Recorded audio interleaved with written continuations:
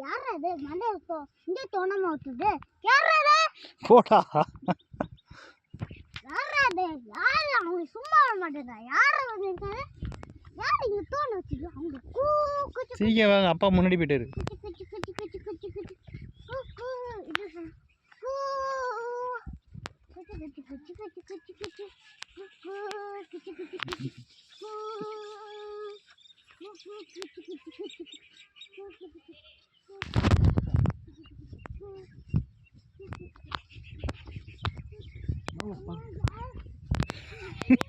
ரெண்டு வாட்டி விழுந்துட்டான் எவனா பழம் தண்டு வச்சு கேட்குறான் அது முதல் ஒரு வயல்